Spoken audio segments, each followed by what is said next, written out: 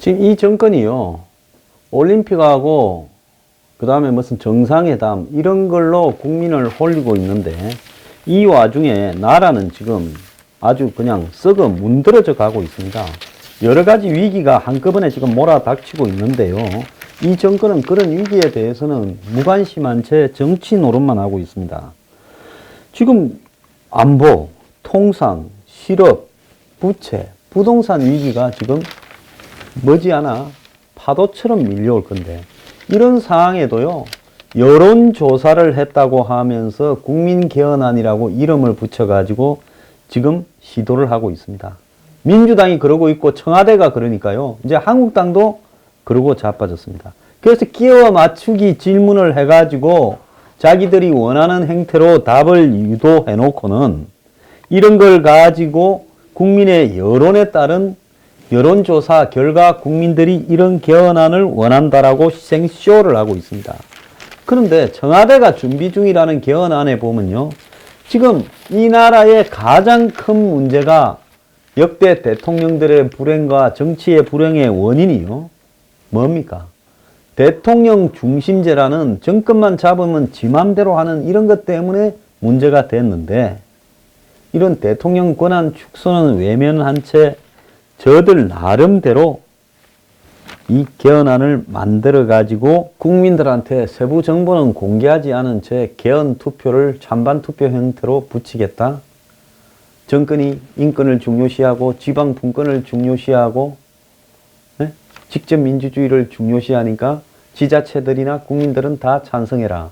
근데 그 내용이 뭔지는 제대로 아는 사람도 없습니다. 이런 식으로 이 개헌안을 몰고 가는 거요, 정말 잘못됐는데요. 제가 어제 이야기하니까 전국 각지에서 엄청난 제보가 나오고 있습니다.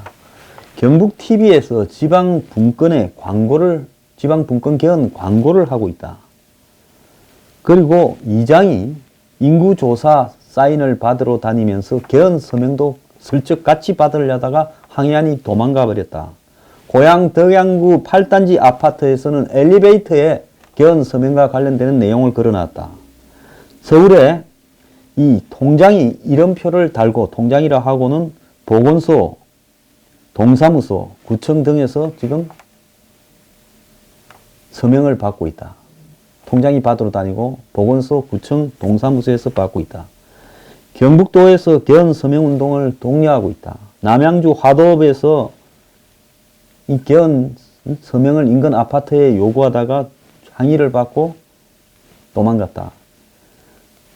지역의 문화교실에서, 지자체에서 하는 문화교실에서 개헌 설문조사를 인구조사 핑계로 하다가 항의하니까 뺏어가지고 도망갔다.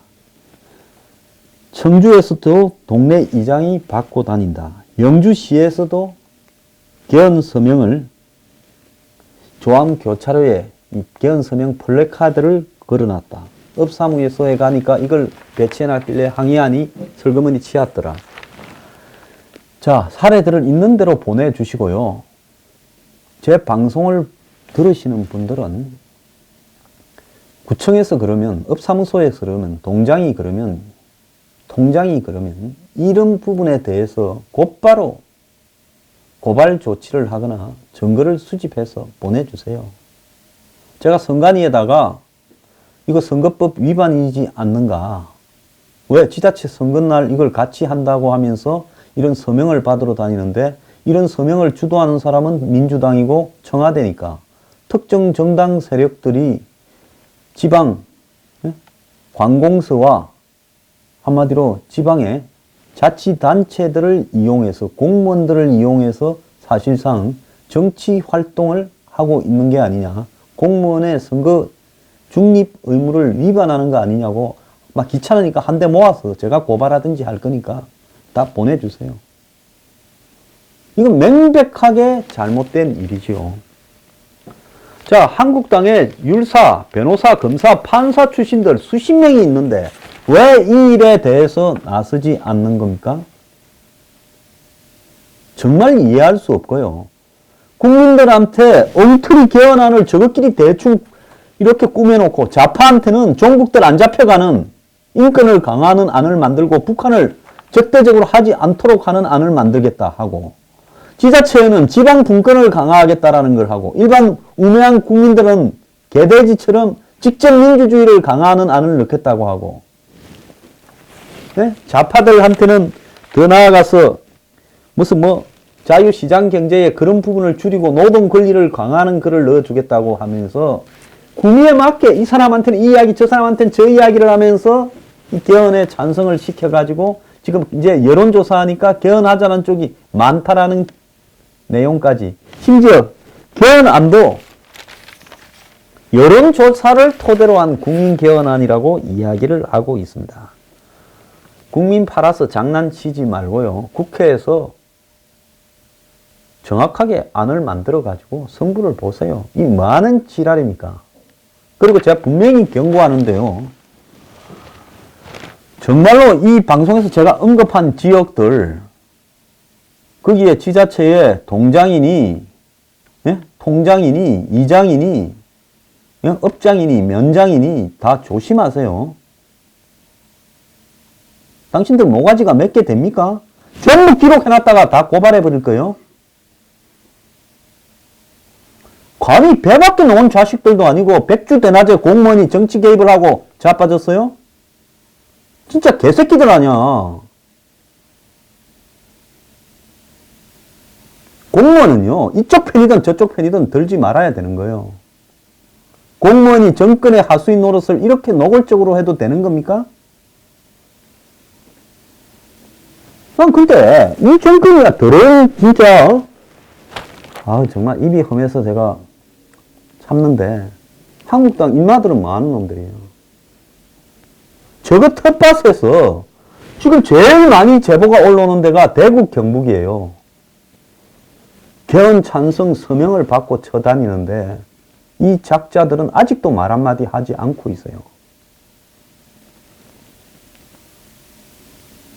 제가 이거 오후에 다시 이야기하겠습니다. 자, 불법적인 개헌 서명을 하는 사람한테 제가 경고합니다. 증거가 확보되는 것은 저는 고발 조치를 할 거니까요. 그만하기 바랍니다. 그리고요, 행자부 장관 김부겸입니까? 답을 하세요. 정말로 관공서를 시켜서 이런 거를 받으러 다니는 거를 행자부가 시켰습니까? 몰랐다고 하겠지요? 각자 알아서, 공무원들이 각자 알아서 이런 거 할 놈입니까? 통장, 이장, 업사무소, 업장, 면장, 동장, 구청장, 무슨 문화교실, 센터장, 경고합니다. 이런 거 받으러 다니면 전부 고발 조치 해버리겠어요? 선거법 위반도 될 수 있고, 법적으로 검토하면 여러 가지 죄가 크게 될 수 있고, 공무원은 옷 벗을 수 있어요. 조심하기 바라요. 나중에 후회하지 말기 바랍니다. 이제 마지막 경고예요. 자, 그런데 지금 이 정권이요, 적폐청산이니 그 다음에 정상회담이니 올림픽 쇼에 눈이 팔려가지고요, 지금 미국과 벌어지는 이 안보에서 비롯된 통상 트러블이요, 얼마나 많은 지금 실업을 유발할지 예측조차도 되지 않고 있습니다. 지금 당장요, 제가 앞에 서두에 이야기했지만은 부채와 가계부채와 부동산 문제도 어마어마하게 심각한 문제라는 겁니다. 자, 주택담보대출 금리가요, 지금 5%가 넘어가기 시작을 했습니다. 그래서 주요 은행들의 주택담보대출 금리가 계속 인상되어 가고 있습니다. 그래서 이런 상황이 지속이 될 때 지금 이 금융위기 이전에 미국 상황과 지금 한국의 가계부채, 주택을 담보로 한 가계부채의 상황이 매우 유사하다라는 지금 이야기까지 나오고 있습니다.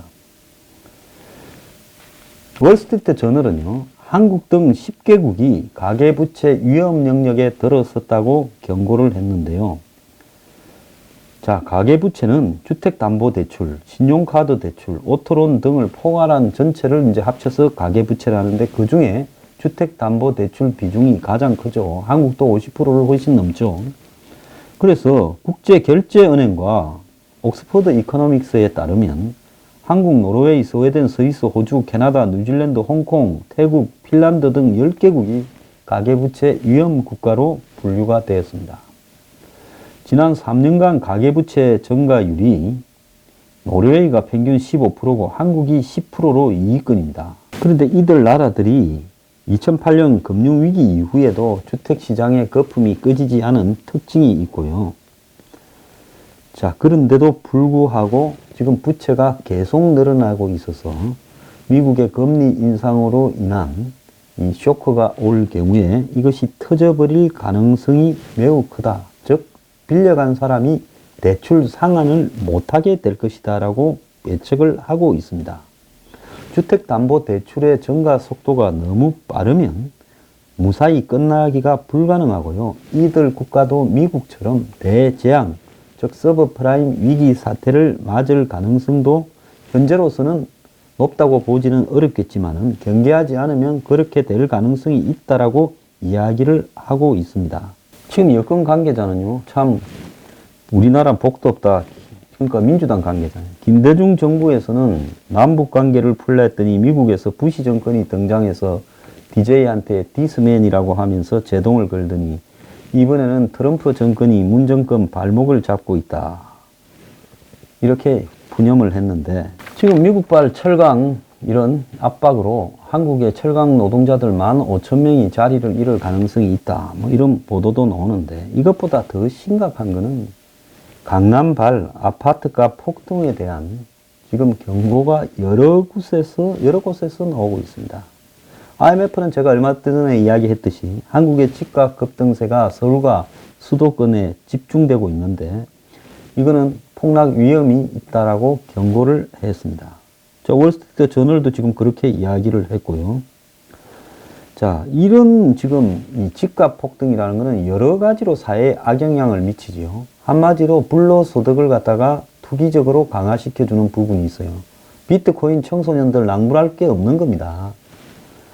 그 다음에 지역 간에, 지금 지방에는요, 아파트 가격이 내려가고 있고 미분양 아파트가 속출하고 있어가지고 그야말로 아파트 때문에 곡소리가 나는데 이 수도권에는 지금 반대의 일이 벌어지고 있습니다.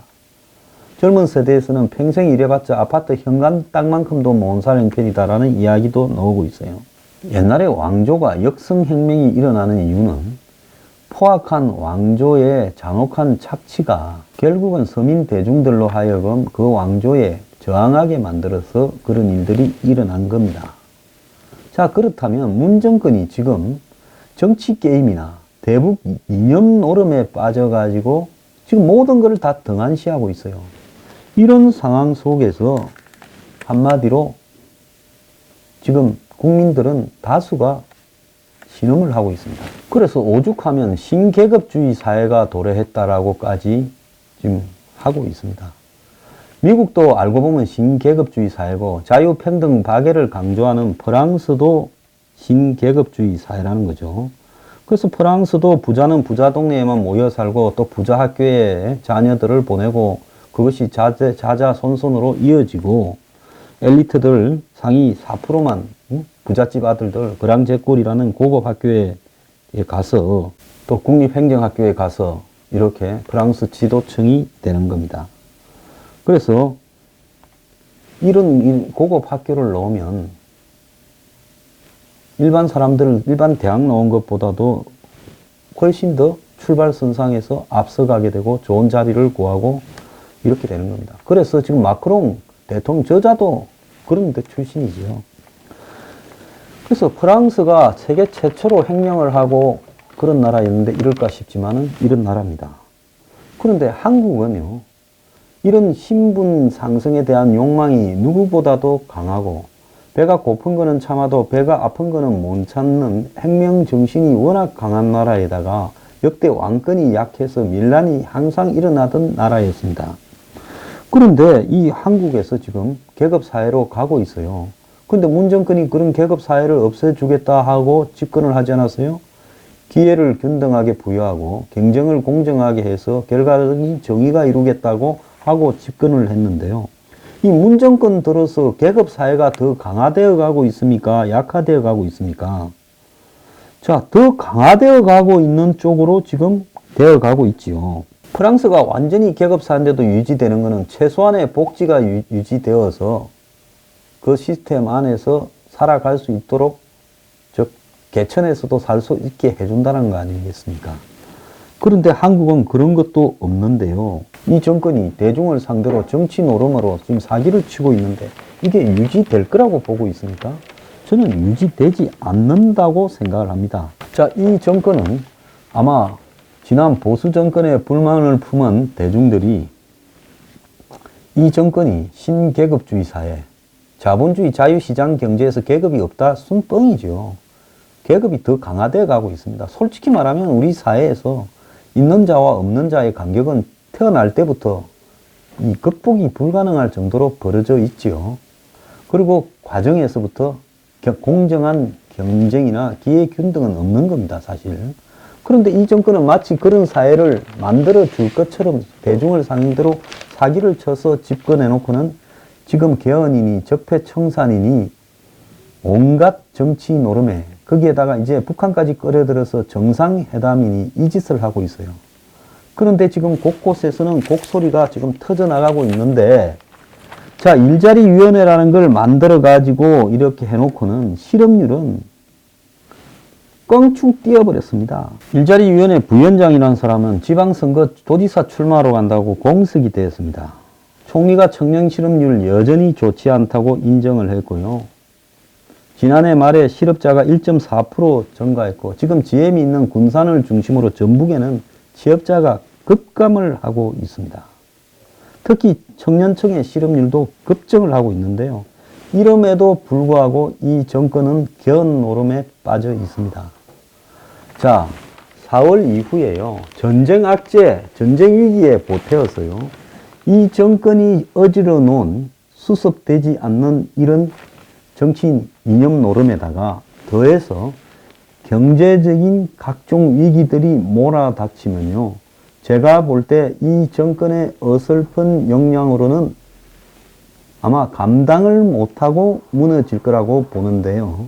문제는 이런 상황이 벌어지면 꼭 피보는 사람은 이 정권을 찍어줘서 촛불 들고 추운데 길거리 나가서 지난 정권 쫓아내고 탄생시킨 사람들, 그 사람들이 새로운 세상이 오고 신계급주의가 좀 완화될 거라 생각을 했는데 아마 먼저 IMF 때 서민들이 죽어나가고 금융위기 때 죽어나갔던 것처럼 이 정권이 어지른 그 대가를 서민들이 새우등 터지듯이 치르게 될 겁니다. 국민들 정신 차려야 됩니다.